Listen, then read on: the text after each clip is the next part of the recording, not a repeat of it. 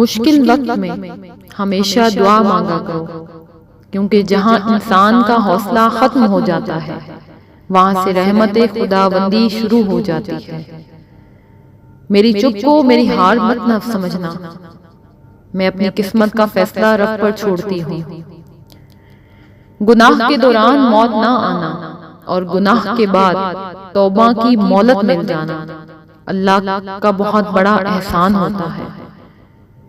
اگر کوئی چیز تقدیر سے نہیں ہے یا تقدیر سے نہیں ملتی ہے تو دعا کرنی سیکھو، کیونکہ دعائیں تقدیریں بدل ڈالتی ہیں۔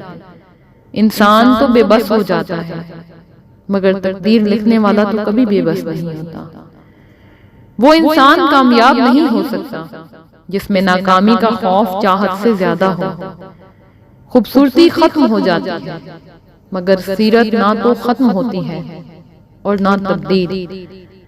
مگر افسوس ہے کہ ہم جس معاشرے میں رہتے ہیں وہاں خوبصورتی کو دیکھا جاتا ہے، سیرت کو نہیں۔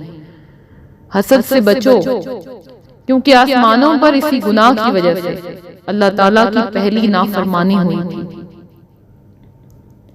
دوسروں کو خوش رکھنے کے لیے اپنی بہت سی عادتوں کو ترک کر دو اور رویوں کی قربانی دے دو۔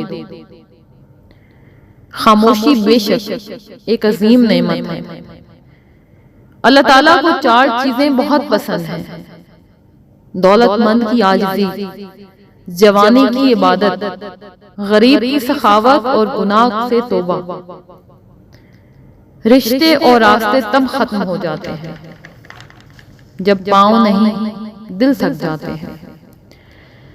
دوسروں کے پردے رکھنا سیکھو، ان کے عیبوں پر پردہ ڈالنا سیکھو، کیونکہ مکھی ہمیشہ گندگی پر بیٹھتی ہے، تتلی نہیں بیٹھتی۔